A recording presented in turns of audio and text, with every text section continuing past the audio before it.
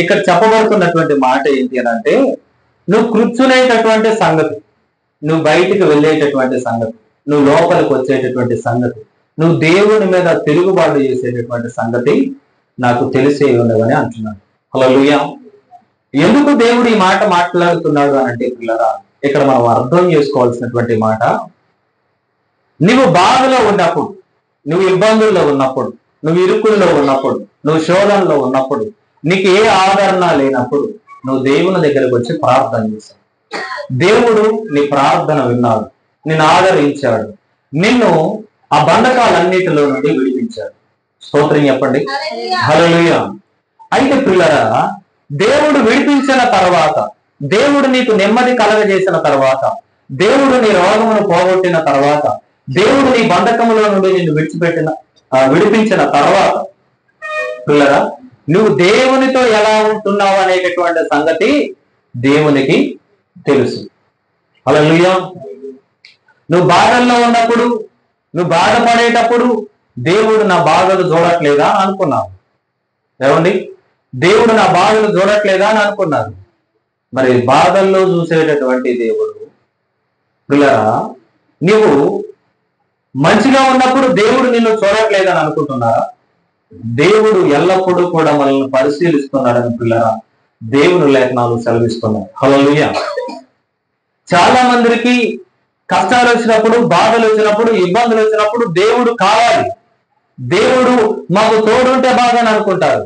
కానీ ఆనందంగా ఉన్నప్పుడు, సంతోషంగా ఉన్నప్పుడు దేవుడు మాకు తోడు లేకపోయినా పర్లేదు అనుకొని ఆనందంలో ఆనందించడానికి పిల్లరా చాలా మంది దేవుని విడిచి ఆనందించేటటువంటి పనులలో ఉండిపోతున్నారు.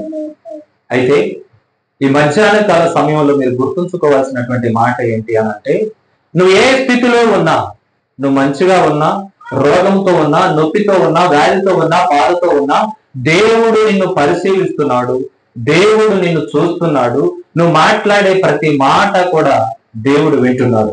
హల్లెలూయా. కాబట్టి పిల్లరా, మనము దేవుడు మనల్ని స్వతంత్రులుగా చేసిన తర్వాత, దేవుడు మన ప్రార్థన విని మనల్ని పిల్లరా ఆ ప్రార్థనలో పిల్లరా నడిపించిన తర్వాత, దేవుడు నీకు స్వతంత్రాన్ని ఇచ్చిన తర్వాత, ఆ బాధల్లో నుంచి విడుదల కలగజేసిన తర్వాత దేవునితో నువ్వు ఎలా ఉంటున్నావు అనేటటువంటిది దేవుడు చూస్తాడు. హల్లెలూయా. చూడండి, యెషయా గ్రంథం 38వ అధ్యాయంలో హిజ్కియా అనేటటువంటి భక్తుడు ఉన్నాడు. ఎవరున్నారు? హిజ్కియా. ఈ హిజ్కియా అనేటటువంటి భక్తుడు పిల్లరా ఏమైపోయాడంటే, ఒక రోజున రోగంలో పడిపోయాడు. హిజ్కియాకి మరణకరమైనటువంటి రోగం వచ్చింది. హిజ్కియాకి మరణకరమైనటువంటి రోగం వచ్చినప్పుడు ఓ దేవుని దగ్గర పిల్లరా కన్నీరు గారుస్తున్నాడు. దేవుని దగ్గర కన్నీరు కార్చి ప్రార్థన చేస్తున్నాడు. మరణకరమైనటువంటి రోగం వచ్చినప్పుడు కన్నీరు కార్చి ప్రార్థన చేస్తున్నాడు. దేవుడు యెషయా అనేటటువంటి ప్రవక్తను పంపి, యెషయా నువ్వు వెళ్ళి హిజ్కియాతో చెప్పు, అనుదినం అతడు ప్రార్థన చేస్తున్నాడు, అతడికి ఇల్లు చక్కబెట్టుకోమని చెప్పు, అతడు మరణించవలసినటువంటి సమయం వచ్చింది చెప్పు అని చెప్పేసి ఈ మాట చెప్పి రా అని చెప్పేసి దేవుడు హిజ్కియా వద్దకు యెషయా అనేటటువంటి ప్రవక్తను పంపాడు. ఏమండి, ఇప్పుడు యెషయా సిచ్యువేషన్ ఏంటి అని అంటే, ఆ మరణకరమైనటువంటి పరిస్థితులలో అతను ఇబ్బంది పడుతున్నాడు. ఆ వ్యాధి ద్వారాగా, బాధ ద్వారాగా పిల్లరా భరించలేనటువంటి స్థితిలో ఉండిపోయాడు. ఆయన ఎలా ఉన్నాడో తెలుసా? ఆయన బాధల గురించి చూస్తే పిల్లరా మీరు చూడండి ఎలా అయిపోయింది అని అంటే, 9వ వచనము 38వ అధ్యాయం 10వ వచనం కానించి చదువుకున్నాం.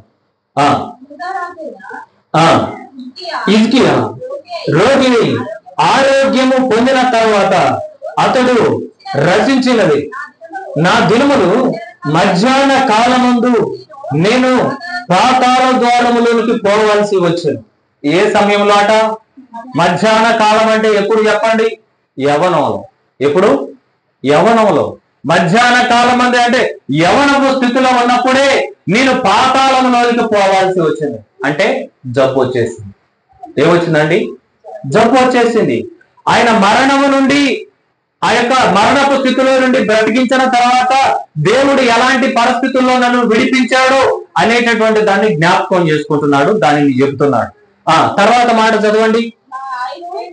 నా ఆయుష్ శేషము పోగొట్టుకొని ఉన్నాను, యెహోవాను సజీవుల దేశంలో యెహోవాను చూడకపోదును. అయ్యో, నేను ఇలా బ్రతికి దేవుణ్ణి చూడనని అనుకున్నాను, దేవుని మందిరానికి వెళ్ళనని అనుకున్నాను, అలాంటి మరణకరమైనటువంటి రోగము నాకు వచ్చింది అని చెప్పేసి అని అనుకున్నాడు.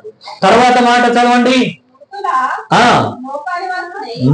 మృతుల లోక నివాసినై ఇకను మనుషులను కానక పోగుదని నేను అనుకుంటున్నాయి. ఓ, నేను చచ్చిపోతున్నాను, నేను చచ్చిపోయి ఇక మనుషులకు అవపడను, మనుషులు నాకు అవపడను అని నేను అనుకుంటున్నాను.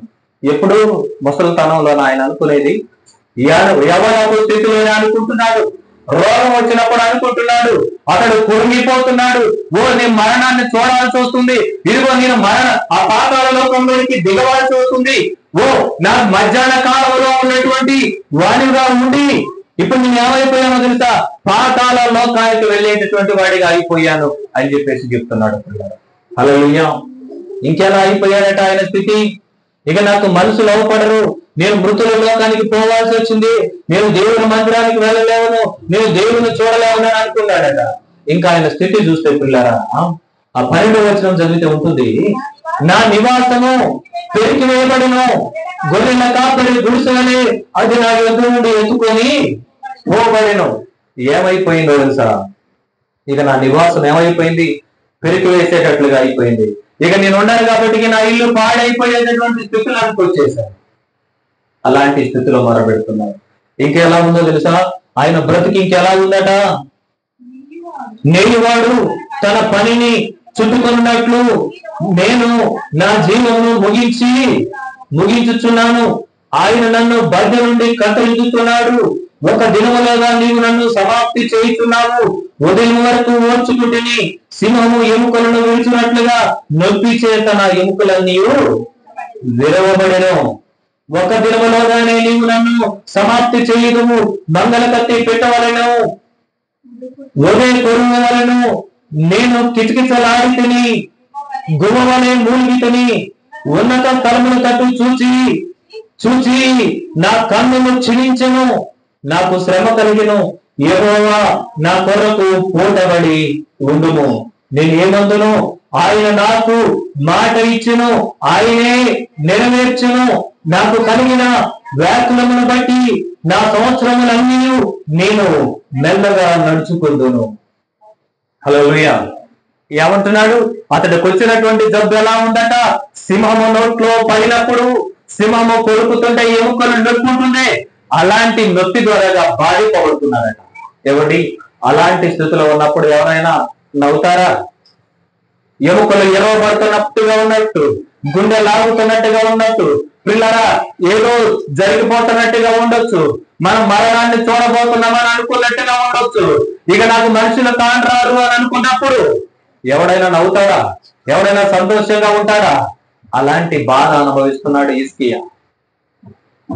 అలాంటి బాధ అనుభవిస్తున్నాడు. అయ్యో, నేను చచ్చిపోతున్నాను, నా యవ్వన కాలంలోనే నేను చచ్చిపోవాల్సి వచ్చింది, పాతాళ లోకంలోనికి నేను దిగిపోవాల్సి వచ్చింది అని పిల్లరా కేకలు వేస్తున్నాడు. దేవుడు ఆ ప్రార్థన విన్నాడు. విని యేషయా ప్రవక్తను పిల్లరా ఆయన దగ్గరికి పంపి ఆయన ఏం చెప్పాడు తెలుసా? శుభవార్త ఏం చెప్పలే. ఏం చెప్పాడు? చదువుతారు ఒకసారి. ఆ దినములలో హిజ్కియాకు మరణకరమైన రోగము కలగగా ప్రవక్తయు ఆమోజు కుమారుడైన యేషయా అతని యొద్దకు వచ్చి, నువ్వు మరణమవుతున్నావు, నువ్వు బ్రతకవు గనుక నీవు నీ ఇల్లు చక్కబెట్టుకోమని యెహోవా సెలవిచ్చుతున్నాడని చెప్పాడు. ఆహా, దేవుడిగా ప్రార్థన చేస్తే సావుకవరు ఏం చెప్పాడు? సాగులాగా చెప్పాడు, అరే బాబు, నీ ఆయుష్ అయిపోయింది, నీ ఇల్లు చక్కబెట్టుకో, నువ్వు చచ్చిపోతావని చెప్పాడు. ఏమండి, కొద్దిగా గొప్ప బతుకుతాను, నా ప్రార్థన వింటాడు దేవుడు అనుకున్నటువంటి వాడికి పాస్టర్ గారు ఎదురుకి వచ్చి చెప్పిన మాట, అయ్యా నీ లెక్క చూసుకోవాలంటే ఏమంటే గుండెలు ఉంటాయా? కింద కింద గులకరాయి మీద 1000 టన్నుల వెయిట్ వేసినట్టుగా లేదు. చెప్పేటటువంటి వాడు దేవుని సేవకుడు, దేవుని ప్రవక్త, దేవుడు మాట్లాడితేనే తప్ప చెప్పనటువంటి వాడు. పిల్లరా, అలాంటి వాడు వచ్చి చెప్తున్నాడు, నీ ఇల్లు చక్కబెట్టుకో హిజ్కియా, నీ పని అయిపోయింది, నువ్వు మరణం అవుతావు, నువ్వు బ్రతకవు అని చెప్పేసి చెప్పాడు. ఏమండి, ఇక అప్పుడు ఏడుస్తున్నాడు, దేవుడి దగ్గర అప్పగింతలు పెడుతున్నాడు, గోడ తట్టు తిరిగి, అయ్యో నేను ఎన్ని రోజులు చేశాను ప్రార్థన, నా ప్రార్థనకు జవాబు ఇదేనా ప్రభువా? నేను నీ సన్నిధిలో ఎంత యథార్థంగా ఉన్నాను, నన్ను జ్ఞాపకం చేసుకోయా, నేను ఎప్పుడు తప్పు చేశాను, నేనేం పాపం చేశానని నేను ఇప్పుడు చచ్చిపోతున్నానని అతడు రోధిస్తుంటే దేవుడు అతన్ని చూసినప్పుడు, అతని చరిత్రను జ్ఞాపకం చేసుకున్నప్పుడు, పిల్లలు ఆ చరిత్రను జ్ఞాపకం చేసుకున్నప్పుడు హిజ్కియా ఎలా అవపడ్డాడు తెలుసా? నీతి మంతుడుగా అవపడ్డాడు. స్తోత్రం చెప్పండి, హల్లెలూయా. హిజ్కియా ఎలా అవపడ్డాడో తెలుసా? పరిశుద్ధుడిగా అవపడ్డాడు. ఎలా అవపడ్డాడు? పరిశుద్ధుడిగా అవపడ్డాడు, నీతి మంతుడిగా అవపడ్డాడు. పిల్లరా, పరిశుద్ధత కలిగినటువంటి వ్యక్తిగా, దేవుడి సన్నిధిలో యథార్థంగా నడుచుకున్నటువంటి వ్యక్తిగా పిల్లరా దేవుడు జ్ఞాపకం చేసుకొని మరలా యెషయాకు మాట చెప్పాడు, ఓ యెషయా, హిజ్కియా కన్నీళ్లు కార్చుట నేను చూశాను, అతడు నా సన్నిధిలో నడుచుకున్నటువంటి విధానాన్ని నేను జ్ఞాపకం చేసుకున్నాను. ఇదిగో 15 సంవత్సరాల ఆయస్సు నేను అతడికి ఇచ్చుచున్నాను, ఈ మాట నువ్వు వెళ్ళి చెప్పు అని చెప్పేసి పిల్లరా హిజ్కియాతో ఈ మాట చెప్పమని పిల్లరా యెషయాకు చెప్తే, యెషయా వచ్చి పిల్లరా ఆ మాట చెప్పారు. హల్లెలూయా. ఎన్ని సంవత్సరాల ఆయుసట? 15 సంవత్సరాల ఆయుసు నీకు ఇచ్చేదను, మరి ఈ పట్టణమును నేను కాపాడుచు నిన్ను ఈ పట్టణమును అసురు రాజు చేతులు పడకుండా విడిపించేదను. యెహోవా తాను పలికిన మాట నెరవేర్చుటకు ఇది యెహోవా నీకు కలిగిన సూచన. ఇదిగో గడియారంలో ఉన్నటువంటి నేడ ముందుకు పోతుంది, అది మరలా తిరిగి కిందకు వస్తుంది, మరలా పైకి ఎక్కుతుందని చెప్పారు. ఒక సూచన చెప్పారు, నువ్వు బ్రతుకుతావంటాలి. ఏమండి, దేవుడు సేవకుడు వచ్చాడు, నువ్వు చస్తావని చెప్పాడు. ప్రార్థన చేసుకున్న తర్వాత దేవుడు మరలా నీకు 15 సంవత్సరాలు ఆయుష్ ఇస్తానని చెప్పాడు, కానీ రోగం ఇంకా తగ్గలేదు. వాగ్దానం మాత్రమే ఉంది పిల్లరా. అలాంటప్పుడు పిల్లరా విశ్వాసము కలిగి అతడు బ్రతుకుతున్నాడు. నా దేవుడు మాట ఇస్తే దాన్ని నెరవేరుస్తాడు. ఒకసారి ఆ మాట చదువుతారా? 14వ వచనంలో చివరి భాగం, నాకు శ్రమ కలిగెను, 38:14, నాకు శ్రమ కలిగెను, యెహోవా నా కొరకు పోటబడి ఉండును, నేనేమందును, ఆయన నాకు మాట ఇచ్చను, ఆయనే నెరవేర్చును. హల్లెలూయా. దేవుడు మాట ఇస్తే దేవుడు ఆ మాటను నెరవేరుస్తాడు. దేవుడు మాట ఇస్తే దేవుడు ఆ మాటను నెరవేరుస్తాడు. పిల్లరా, హిజ్కియాకి మరణకరమైనటువంటి రోగం వచ్చినప్పుడు అతడి నెమ్మదిగా లేడు, అతడికి శాంతి లేదు, అతడికి సమాధానం లేదు. ఎలా బ్రతకాలని కొట్టుమిట్టాడుతున్నాడు, ప్రాకులాడుతూ ఉన్నాడు, ప్రార్థన చేస్తున్నాడు. దేవుడు మరణ వార్తను పంపించి ఆయన ఏడుస్తున్నటువంటి దుఃఖాన్ని బట్టి అసలు హిజ్కియా ఎంత యథార్థంగా ఉన్నాడా నా సన్నిధులని దేవుడు జ్ఞాపకం చేసుకున్నప్పుడు 15 సంవత్సరాలు ఆయుష్ ఇచ్చాడు. ఇక అప్పుడు ఏమనుకున్నాడో తెలుసా? అయ్యా, నేను బ్రతికినంత కాలం నీ సన్నిధిలో నేను నమ్మకంగా ఉంటాను, నేను ఏ తప్పు చేయను, ఏ పాపం చేయను, నువ్వు నాకు చేసిన మేలులన్నిటిని పట్టుకొని నేను బ్రతుకుతానని చెప్పాను. హల్లెలూయా. జబ్బు తగ్గిపోయింది. ఇప్పుడు ఏమైపోయింది? జబ్బు తగ్గిపోయిన తర్వాత దేవుడు నాకు ఎలాంటి స్థితిలో మేలు చేశాడో అదంతా కూడా రాసుకొని ఒక పాటలాగా చేసుకొని పాడాడు. బాగానే ఉంది. కొన్ని రోజులు కలిసిపోయింది. ఆ ఇంటి పక్కన ఈ ఇంటి పక్కన తెలిసింది కదా రాజుగారు జబ్బులు పడ్డాడంటే. అలాగనే పక్కన ఉన్నటువంటి రాజుగారికి తెలిసిందట హిజ్కియాకి జబ్బు వచ్చిందట, పోయి పరామర్శించి రావాలి అని చెప్పేసి పక్కన ఉన్నటువంటి రాజులు వచ్చి హిజ్కియాని పరామర్శించడానికి వచ్చారు. ఆ పక్కనే ఉన్నటువంటి 39వ అధ్యాయం 1వ వచనం చూడండి. అందులో బబులోను రాజు బలాదాను కుమారుడైన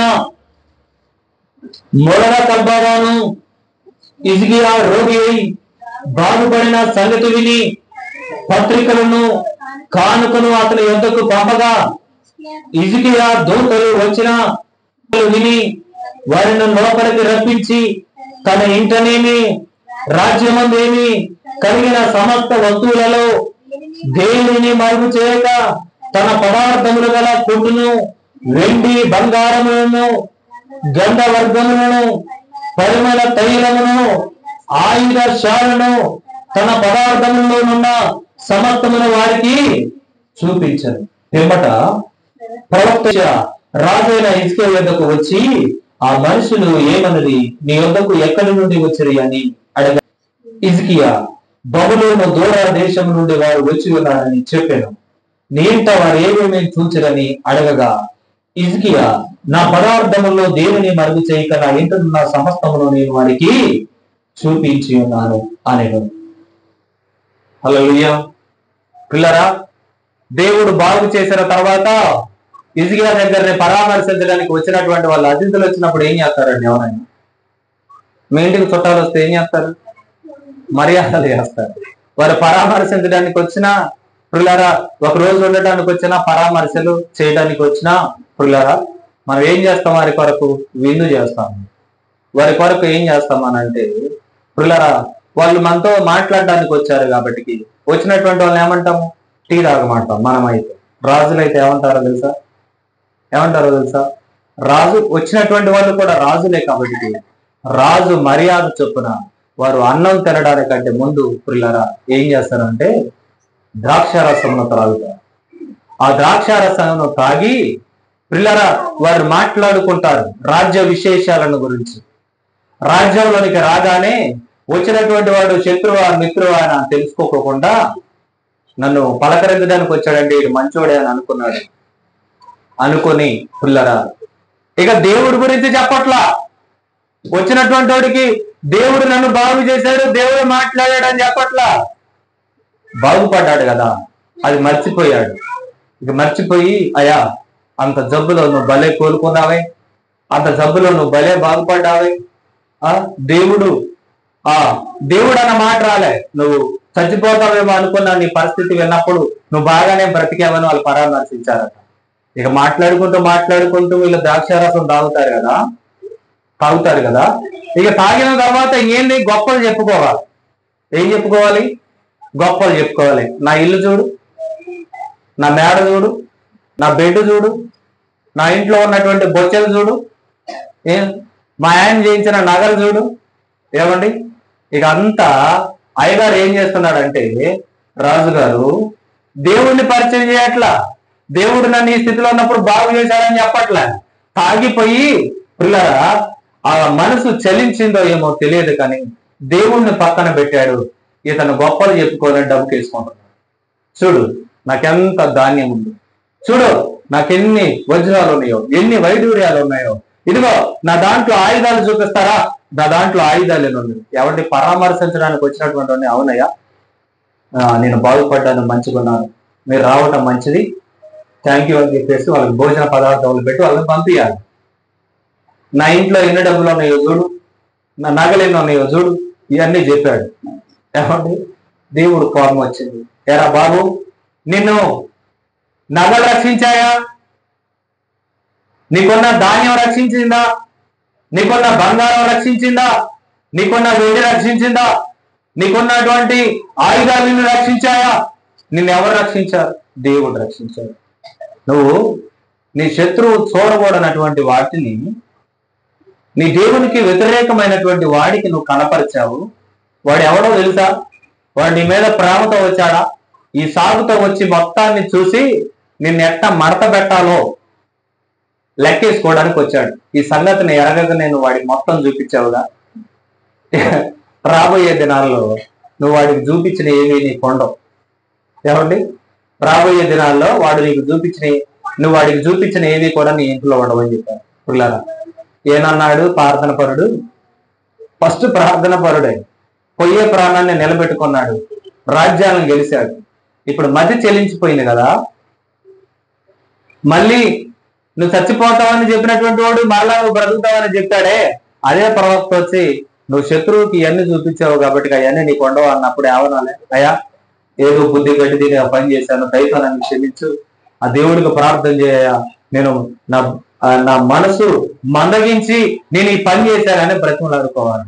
రాబోయే జన్మల్లో ఆయన చెప్పారుగా, అయితే దేవుడికి ఇష్టమైన ప్రకారంగా జరుగును గాక, ఇది నా కాలంలో కాకుండా నా పిల్లల కాలంలో వస్తే బాగు అని అనుకున్నాడు. ఏమండి అంటే దేవుడు బాధల్లో నుండి విడిపించిన తర్వాత మనిషి ఎలా అయిపోయాడు అని అంటే, ఇక నాకేమీ కాదు, దేవుడు అవసరం లేదు, నాకు దేవుడు అవసరం లేదు, నేను తిన్నా, నేను తాగినా, నేను ఎగిరినా, నేను గెంతులేసినా, నేను ఎక్కడికి పోయినా దేవుడు నన్ను చూడడు అని అనుకుంటున్నారు. ఏమండి దేవుడు అందుకే ముందు మాట్లాడినటువంటి మాట చూడండి, 37వ అధ్యాయం 28వ వచనం. నువ్వు కూర్చుండటయు, నువ్వు బయలుదేరటయు, లోపలికి వచ్చటయు, నువ్వు నా మీద వేసే రంకెలు కూడా ఉన్నాయిగా, నాకు అవన్నీ కూడా ముందే తెలుసున్నవి, ముందే తెలుసున్నవి. ఇప్పుడు హిజ్కియాకి తెలియకపోయి దేవుడు నన్ను చూశాడని, నా ప్రార్థన విన్నటువంటి దేవుడు నన్ను చూస్తాడనేటటువంటి సంగతి మర్చిపోయి. పిల్లరా, మనం అలా ఉండకూడదు. దేవుడు, నువ్వు పేదరికంలో ఉన్నప్పుడు దేవుడు నిన్ను చూశాడు, నువ్వు ధనవంతుడైన తర్వాత కూడా దేవుడు నిన్ను చూస్తాడు, నువ్వు రోగంలో ఉన్నప్పుడు దేవుడు నిన్ను చూశాడు, నువ్వు రోగంలో నుంచి బయటకు వచ్చిన తర్వాత కూడా దేవుడు నిన్ను చూస్తాడు. నువ్వు కలిగినప్పుడు ఎలా దేవునితో నమ్మకంగా ఉన్నావు, ఏమీ లేనటువంటి స్థితిలో కూడా నువ్వు దేవునితో నమ్మకంగా ఉన్నావు. నువ్వు ఏమీ లేని స్థితిలో దేవునితో ఎంత నమ్మకంగా ఉన్నావు, అన్ని కలిగిన తర్వాత కూడా దేవునికి నమ్మకంగా ఉన్నావు. లేనప్పుడేమో లేవని ఏడ్చి, ఉన్నప్పుడేమో ఉన్నవని ఏడ్చి, ఎప్పుడు ఏడుస్తూనే ఉండి దేవుడిని నువ్వు శోధించవు. అన్ని విషయాలలో దేవునికి నువ్వు నమ్మకంగా ఉండాలి. ప్రతి విషయంలో దేవునికి ప్రార్థన చేసి కృతజ్ఞతాస్తుతులు చెల్లించి నీ పనిని ప్రారంభించేటటువంటి దానిగా ఉండాలి. ఆ పని ముగించిన తర్వాత దేవునికి కృతజ్ఞతాస్తుతులు చెల్లించేటటువంటి దానిగా ఉన్నప్పుడు పిల్లరా దేవుడు నిన్ను ఆశీర్వదిస్తాడు. చాలా మంది పిల్లరా బాధల్లో ఉన్నప్పుడు, ఇబ్బందుల్లో ఉన్నప్పుడు దేవుని దగ్గరకు వచ్చి మొరపెడతారు, కానీ దేవుడు విడిపించిన తర్వాత నువ్వు ఎక్కడ ఉండాలో, నువ్వు ఎక్కడ పడి ఉండాలో, నువ్వు ఎక్కడ పడుకోవాలో, నువ్వు ఎక్కడ తినాలో దేవుడు నిర్ణయించిన తర్వాత దేవుడు నిర్ణయించినవి కాకుండా పిల్లరా నీకు ఇష్టమైన చోట్లకు నువ్వు వెళ్ళిపోతున్నావు. పిల్లరా దేవుడికి అది నచ్చదు. మనందరికీ తెలుసు, ఒకప్పుడు నీతిమంతుడు, ఒకప్పుడు దేవుని కృప పొందుకున్నటువంటి వాడు నోవాహు గురించి మనం చెప్పుకున్నాం పోయిన వారము. లోకమంతా పాపంలో ఉన్నప్పుడు దేవుడికి మనుషుల్ని నేను ఎందుకు చేశానని అనుకున్నప్పుడు, మనుషులందరినీ చంపివేయాలనుకున్నప్పుడు నోవాహు మాత్రమే దేవుని దృష్టికి కృప పొందినవాడు ఆయన. చదువుతారా మాట? నోవాహు మాత్రమే దేవుని దృష్టికి కృప పొందినవాడు ఆయను అని రాయబడు.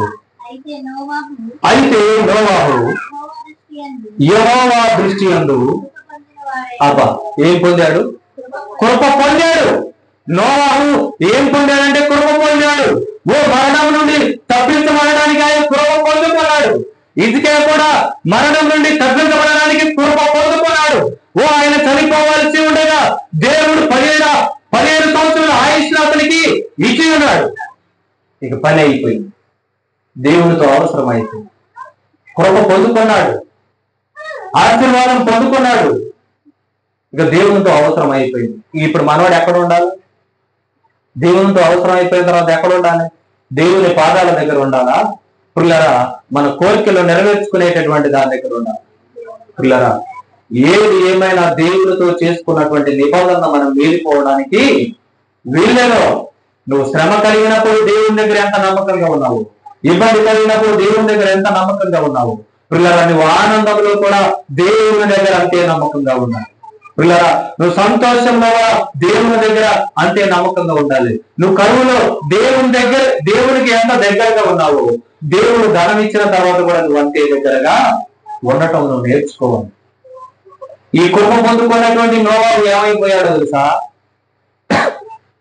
దేవుడు పిల్లల్ని కాపాడు, వారి కుటుంబాన్ని కాపాడు, వారి కుటుంబాన్ని ఆశీర్వదించి మీరు బతకడం కోసం మీ కొరకు ఓడను కట్టుకోండి అని చెప్పినటువంటి దేవుణ్ణి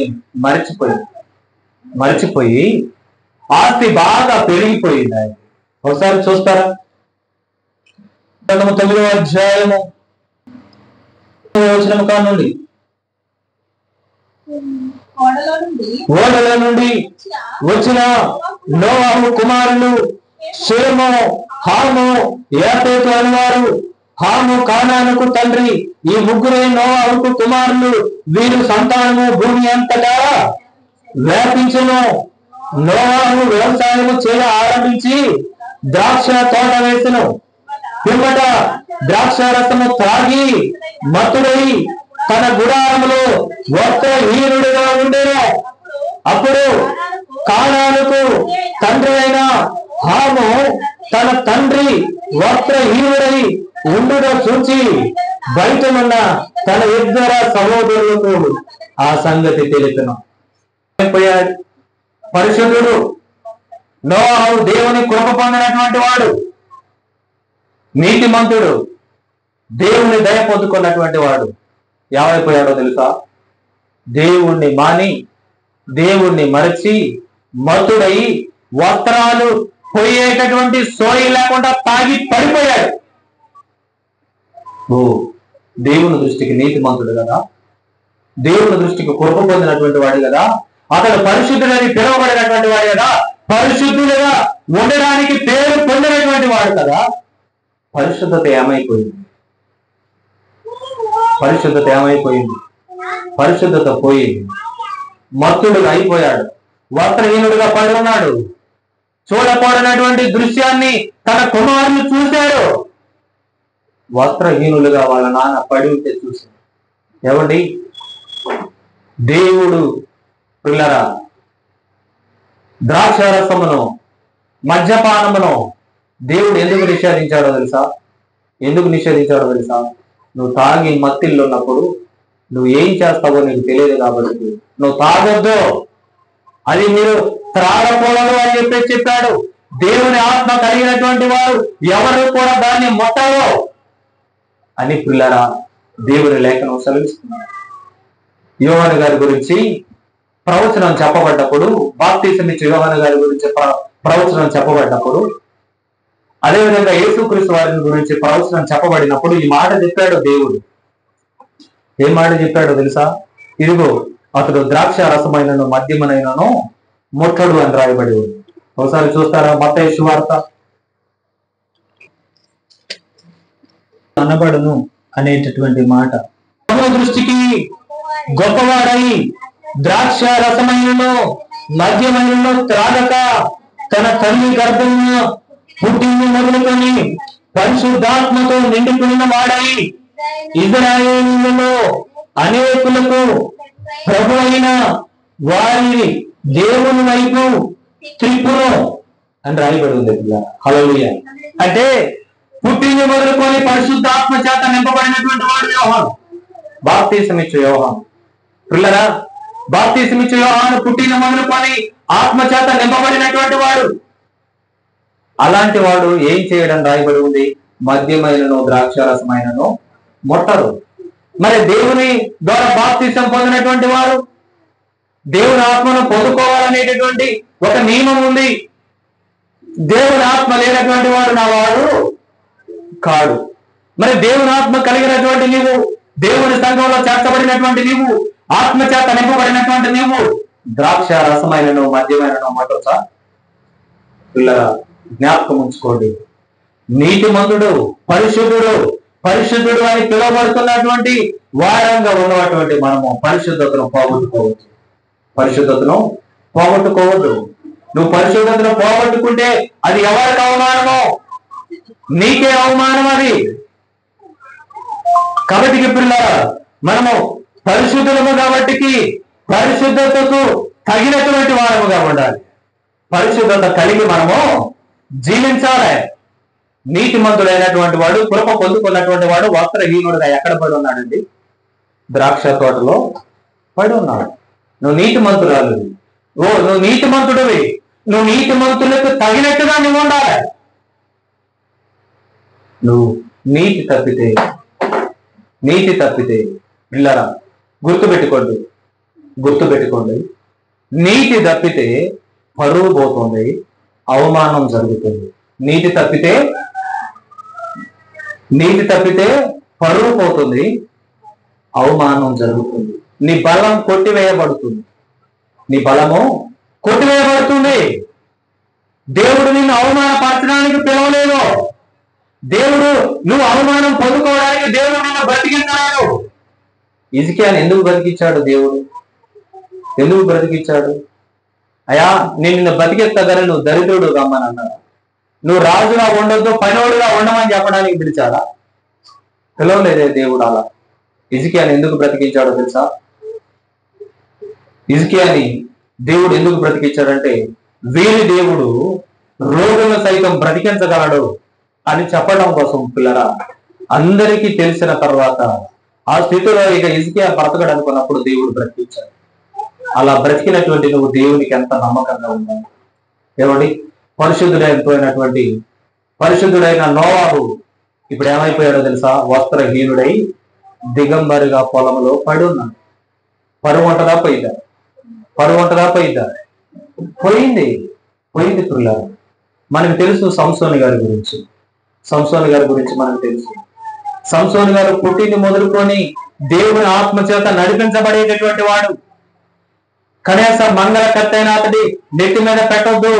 అతడికి వెంట్రుకల్లో దేవుని అభిషేకం ఉంది, ఆ వెంట్రుకలు కత్తిరించబడకూడదని దేవుడు చెబితే పిల్లరా, ఇతడు బాగా మత్తుడైపోయి ఎక్కడ తలపెట్టకూడదు అక్కడ తలపెట్టాడు. వేశ్యవుడిలో తలపెట్టి నిద్రపోతూ, అమ్మా నువ్వు నా తల మంచిగా సదురు, నేను నిద్రపోతానని అన్నాడు. ఆ సదురుతో ఏమడిగింది? ఏమండి, అక్కడేమో నోవాహుకేమో ద్రాక్ష మత్తు, హిజ్కియా గారికేమో ధనం మత్తు. ఇప్పుడు ఇక్కడ సంసోను గారికి ఏం మత్తాయి అంటే స్త్రీ మత్తు. అయ్యగారు అమ్మగారు ఎలా అంటే లోకాలన్నీ తిరిగి వస్తున్నాడు. ఏమండి, దూతుంటే లోకాలన్నీ తిరిగి వస్తున్నాడు. హిజ్కియా దగ్గరకు వచ్చి రాజులు పొగుడుతుంటే ఇక హిజ్కియా గారు ఎక్కడ ఉన్నట్లా, నేను అయ్యా మధ్యాహ్న కాలంలో చచ్చిపోయేవాడిని బ్రతికించేవాడు అనట్లా. ఏమన్నాడు తెలుసా? ఏమనుకున్నావు? ఒంటి చేత్తో ఏమండి, ఎప్పుడన్నా యుద్ధం చేసి గెలిచాడు హిజ్కియా? దేవుడు గెలిపిస్తే గెలిచాడు. ఆడు ఏం చెప్పుకోవాలి అప్పుడు? దేవుణ్ణి మయం పరచాలి. నాదేం లేదయ్యా, దేవుడు ఇచ్చాడు. ఏమా ఇంత ఇల్లు భలే కట్టేవమ్మంటే ఏమనుకున్నావు అన్నారు అనుకో, రేపు పొద్దుపూట కల్లా అది బ్యాంకులో గొడవ పెట్టాల్సి వచ్చింది. ఏమండి, బ్యాంకులో గొడవ పెట్టాల్సి వచ్చింది. మనం ఎప్పుడూ కూడా అని అనకూడదు, చూడు అని అనకూడదు, రంకెలు వేయద్దు. దేవుడికి నచ్చదు. ఏం చెప్పాలి తెలుసా? నువ్వు ఎంత ఎదిగినా దేవుడు ఇచ్చాడు. వాళ్ళు ఎంత నిన్ను పొగిడినా, వమ్మో నువ్వు ఎంత కష్టపడుతున్నావు, ఎంత పని చేస్తున్నావు, ఎంత అభివృద్ధి పొందుతున్నావు, వమ్మో కేవలం నీలాంటి వాళ్ళు ఎవరు లేరు అక్క అనగానే అన్నాం అనుకో, రేపు పొద్దుపూట అయ్యగారి భరత పూజ ఉంటుంది నీకు. హల్లెలూయా. కాబట్టి పిల్లరా, వాళ్ళు మనల్ని పొగుడుతున్నప్పుడు మనం దేవుడిని భయపరచాలి తప్ప నేనంటే ఏమనుకున్నావు చూడని అనకూడదు. ఏమండి, సొలొమోన్ అన్నా, క్షమించండి, సంసోన్ని దెలీలా గారు తొడ మీద బండబెట్టుకున్నాక తల్లి. ఏంటి ఇక దూకుతుంది. ఇక దూకుంటే ఏమంటుంది తెలుసా? నీకెంత బలం ఎక్కడి నుంచి వచ్చింది? ఆయన అన్నాడు, నా బలం ఎక్కడి నుంచి వచ్చింది తెలుసా అన్నాడు. అంటే వాము ఇంత బలము నీకు భలే వచ్చింది, నిన్ను బంధించాలంటే ఏం చేయాలి చెప్పంటే సోమం తీసుకొచ్చి కట్టేస్తే అసలు నేను నిలిపించుకోలేవరు అన్నాడు అని తల్లిగారు పరీక్ష చేస్తుంది. సోమం తీసుకొచ్చి కట్టి మళ్ళీ దూకుతుంది. పిలిస్తే వస్తున్నారు అనగానే ఆయన ఎట్టా లేవగానే ఎట్టా తెగిపోయింది. నువ్వు నాతో అబద్ధం చెప్పావుగా, నాకు నిజం చెప్పలేదుగా, నువ్వేం దీన్ని బలవంతుడు అయ్యావో నాకు చెప్పలేదుగా అని చెప్పేసి అమ్మగారు బొంగ మొదలుపెట్టింది. ఏమండి, ఇక అమ్మగారిని బొజ్జగించడానికి, ఓ నీకు పరాస్కానికి చెప్పాలే, ఏమండి పరాస్కానికి చెప్పాలే, నేను దేనితో బంధిస్తే ఆగిపోతానంటే నన్ను తాళ్లతో కట్టి, శుభలు కాదులే కానీ తాళ్లతో కట్టి, ఇనప గొలుసులతో కట్టి నేను ఆగుతా అన్నాడు. అమ్మగారు ఓ ఫిలిస్తీన్లు వస్తున్నారు నన్ను మరలా తిప్పుకున్నాడు. ఇక ఈ ఏమో కాళ్ళు కింద గుద్దుకొని, నువ్వు నన్ను మోసం చేస్తున్నావు, నాకు నిజం చెప్పట్లేదు, నన్ను ప్రేమించట్లేదు, నేనంటే ప్రేమ ఇదేనా అన్నది అమ్మగారు. ఏమండి, ఇక నువ్వు నాకు చెప్పకపోతే నా మీద ఒట్టే, ఇక నీ బలం ఏడుందో చెప్పకపోతే నా మీద ఒట్టే, నేను చచ్చినంత ఒట్టే అన్నట్టుగా అమ్మగారు ప్రవర్తించింది. ఏమండి, ఈ స్థితిలోకి వచ్చిన తర్వాత సస్తే సచ్చిన, బ్రతికితే బ్రతికినా అని అనుకొని, అమ్మ నా బలం ఏడుందో చెప్పమంటావా, నేను చెప్తే అసలు నువ్వు నమ్ముతావా, ఎందుకు నమ్మను, నా బలం నా జుట్టులో ఉంది. అమ్మగారికి నమ్మబుద్ధి కాల. అయ్యగారిని నెత్తి మీద తొడ మీద బండ పెట్టుకొని నెత్తి అంతా గుళ్ళు చేసింది. మనోడికి అది కూడా సోయి లేదు, మత్తులో ఉన్నాడుగా. ఇక 50 పైన నోవాహుకేమో వస్త్రాలు పోయింది, కానలేదు. ఏమండి, హిజ్కియాకేమో ఆ ధనం మత్తులో దేవుడు చేసిన కార్యం మర్చిపోయాడు. సో ఈ సంసోను కూడా దేవుడిని మర్చిపోయాడు. ఇక నాకు దిలీల్లా ఉంటే చాలు, దేవుడు లేకపోయినా పర్లేదు అనుకున్నాడు. నోవాహేమో నాకు ద్రాక్ష తోట ఉంటే చాలు, ఇక ఇంత ఆనందం ఎక్కడుందని అనుకున్నాడు. హిజ్కియా అనుకున్నాడు, నాకు ఇంత ధనం ఉంది, ఇక నాకు ఇది చాలు అని అనుకున్నాడు. ఈ రోజు నువ్వు మత్తులో ఉంటే ఆ మత్తులో నీకు పిల్లరా మరణం నీ యొద్దకు వస్తుంది. తర్వాత ఎవరు సుఖంగా లేరు, నోవాహు కూడా సుఖంగా లేడు. ఏమండి, అతడు దిగంబరత్వాన్ని పోగొట్టుకొని తన పిల్లల ఎదుట బ్రతికినంత కాలం సిగ్గుపడుతూ బ్రతికాడు. అయ్యో, నేను ఎన్ని రోజులు పరిశుద్ధున్నాను అనిపించుకున్నానే, ఇన్ని రోజులు భక్తి పరుడని అనిపించుకున్నానే, ఈ రోజు నేను వస్త్రహీనుడుగా పడుంటే నా పిల్లలే చూశారు.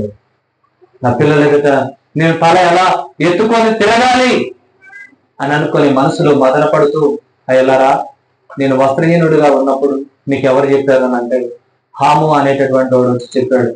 హాము తమ్ముడే వచ్చి చెప్పాడు నాన్న అంటే, మీరు కూడా నేను దిగంబరిగా ఉంటే నన్ను చూశారంటే, నాయన మేము నిన్ను చూడలేదు, మా కళ్ళు మూసుకొని వస్త్రాన్ని తీసుకొని వచ్చి నీ మీద వేసాం నాన్న అంటే, అయ్యా మీరు గొప్ప వాళ్ళు అవుతారు, నా దిగంబరత్వాన్ని చూసినటువంటి వాడు మీకు దాసుడు అవుతాడు అని చెప్పేసి అతన్ని శపించాడు. పిల్లరా, ఈరోజు మన పిల్లలు మనము మత్తులో పడిపోతే మన పిల్లలు శపితులుగా మార్చబడతారు. ఏమండి, మద్యం మత్తులో మనము ఎవరిని కొట్టేది, ఎవరిని చంపేది, పిల్లరా మనకి ఏమవుతుందో ఇతరులకు ఏమవుతుందో తెలియనటువంటి స్థితిలో ఉంటాము. తద్వారా మన పిల్లలు దరిద్రులు అవుతారు. మద్యం మత్తు కూడా మంచిది కాదు పిల్లరా. అదేవిధంగా వ్యామోహంతో కూడినటువంటి మత్తులో మనం ఉన్నామనుకోండి పిల్లరా, మన కుటుంబానికి అవమానం కలుగుతుంది, మనకి అవమానం కలుగుతుంది. చివరికి ఆ స్థితి ఎక్కడికి తీసుకొస్తుందో తెలుసా? నువ్వు తల దించుకొని బ్రతికేటటువంటి ఆ బ్రతుకు, నువ్వు బ్రతికిన దినాలన్నిట నువ్వు దిద్దుకోలేనటువంటి ఆ నిందను మోయలేకపోతావు. కాబట్టి వ్యామోహంతో నువ్వు చేయకూడదు. ఆ మత్తులు, వ్యామోహం అనేటటువంటి మత్తులు నువ్వు చేసేటటువంటి పని నీ జీవితాన్ని నిర్ణయం చేస్తుంది. కాబట్టి పిల్లరా, దాని విషయంలో కూడా మీరు జాగ్రత్తగా ఉండాలి. పిల్లరా, ధనముతో కూడినటువంటి మత్తు మనకు రావచ్చేమో. ధనం ఎక్కువైతే దేవుడు ఎవరని అంటానని పిల్లరా సొలొమోను అన్నాడు, అయ్యా నాకు ఎక్కువ ధనం వద్దు, నాకు కలిగినంత ఉంటే చాలు, నేను బ్రతకడానికి ఉంటే చాలంటే దేవుడు ఎక్కువగా అతన్ని ఆశీర్వదించాడు. ఆశీర్వదించిన తర్వాత సొలొమోను కూడా పిల్లరా స్త్రీ వ్యామోహంలో పడిపోయి పాపంలోనే కొట్టుకొని పోయాడు. మరి ఆ దేవుని దగ్గరికి రాలేకపోయాడు. ఈ రోజు నువ్వు ఏ మత్తులో ఉన్నావో నీ స్థితి నువ్వు తెలుసుకో. దేవుడు చెబుతున్నటువంటి మాట, నువ్వు కూర్చుండేటటువంటిది, నువ్వు నిలబడేటటువంటిది, నువ్వు రంకెలు వేసేది, నువ్వు మాట్లాడేది ప్రతిదీ కూడా నాకు తెలిసే ఉన్నదే. నోవాహుని నీతిమంతుడిగా చూసిన దేవుడే నోవాహు వస్త్రహీనుడిగా పడి ఉంటే చూశాడు. ఇలా రోగిగా ఉన్నప్పుడు దేవుడు హిజ్కియాను చూశాడు. అదే హిజ్కియాని దేవుడు గర్వంతో కొట్టుమెట్టాడుకున్నప్పుడు చూశాడు. ఆ స్థితి అయిపోయింది, కొలాప్స్ అయిపోయింది. పిల్లరా, బలవంతుడిగా ఉన్నటువంటి సంసోన్ని చూసినటువంటి దేవుడే, సంసోన్ని నడిపించినటువంటి దేవుడే. దెలీలా ఒడిలో తన తల పెట్టి నిద్రపోతున్నటువంటి పిల్లరా సంసోన్ని కూడా చూశాడు. అతడు తన శక్తిని పోగొట్టుకున్నాడు. కాబట్టి వీళ్ళందరూ అవమానం పొందారా లేకపోతే సంతోషం పొందారా? అవమానం పొందారు. ఈరోజు నీ స్థితి గురించి ఇతరులు నిన్ను పొగడటం కాదులే కానీ నీ స్థితిని చూసి ఇతరులు పొగుడుతున్నప్పుడు నువ్వు అనుకోవాలి, నాకు దేవుడు ఇచ్చాడు అని చెప్పాలి. ఏం చెప్పాలి? దేవుడు ఇచ్చిందని. అరే నీకెంత బలనాడుగురా అంటే ఏం చెప్పాలి? దేవుడు ఇచ్చాడని చెప్పాలి. ఎవరన్నా నీ అందాన్ని గురించి పొగుడుతున్నప్పుడు ఏం చెప్పాలి? దేవుడు ఇచ్చిందని చెప్పాలి. ఎవరైనా నీ తెలివిని గురించి పొగుడుతున్నప్పుడు ఏం చెప్పాలి? దేవుడు ఇచ్చిందని చెప్పాలి. నువ్వు ఒకవేళ అది కాదు, నీ అందాన్ని చూసి ఎవరైనా పొగిడినప్పుడు అద్దం ముందు కూర్చున్నావా? ఏమండి, ఏదో పాట ఉంది, ఏంటి దువ్వెనతోలనే తోవటం, అద్దిన పౌడర్ అద్దటం, పాట అప్పుడప్పుడు వినపడుతుంది. ఇక మనం ఎంత అందంగా ఉన్నా, ఎంత అందంగా ఉన్నా తెలుసా మీకు? ఒక ఆమె చాలా అందగత్తె అమెరికా దేశంలో. ఆమె మంచి పేరు పొందిన హీరోయిన్ అట, మంచి పేరు పొందినటువంటి హీరోయిన్ అమెరికా దేశంలో. ఏమండి, ఆ అమెరికా దేశంలో సేవ చేసినటువంటి అయ్యగారు పేరు ఏం పేరు? ఇంతకుముందు నేను మీకు చెప్పాను, బిల్లీ గ్రహం గారు. ఎస్, బిల్లీ గ్రహం గారు. బిల్లీ గ్రహం గారు సేవ చేస్తున్నాడు. ఈ అందగత్తె మంచి సినిమాలు తీస్తుంది.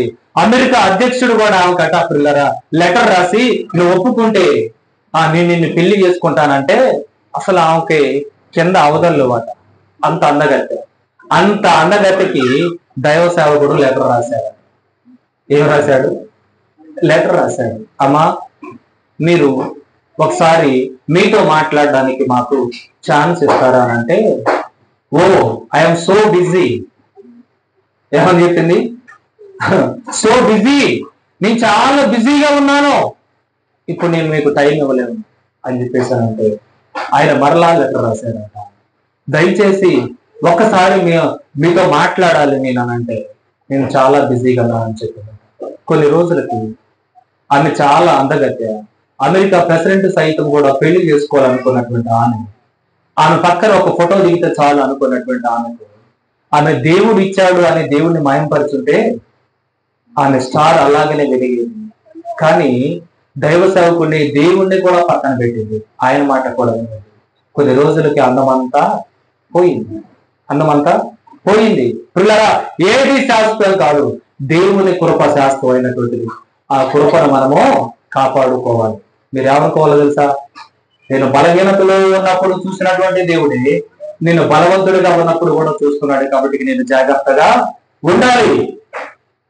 ఒకప్పుడు పరిశుద్ధురాలుగా పిలువబడినటువంటి నువ్వు బ్రతికినంత కాలం పరిశుద్ధులకు తగినట్టుగా జీవించాలి, పరిశుద్ధులుగా ఉండాలి. నువ్వు హెచ్చించుకోకూడదు, దేవుణ్ణి మాత్రమే మనము హెచ్చించాలి. సమస్త విధులైన మహిమ ఘనత ప్రభావాలు ఆయనకు ఆరోపించినప్పుడు, ఆయనకు కృతజ్ఞతాస్తుతులు చెల్లించినప్పుడు నువ్వు నిత్యము వెలిగేటటువంటి దీపములాగా ఉంటావు. హల్లెలూయా. నిత్యము వెలిగేటటువంటి దీపముగా ఉంటావు పిల్లరా. హల్లెలూయా. అందుకే భక్తుడైనటువంటి అబ్రమయ్య గారు ఒక పాట రాస్తూ ఆయన పాడినటువంటి పాట మీకు జ్ఞాపకం చేస్తాను. నిత్యముందు నీ కృపను నాకు చూపు.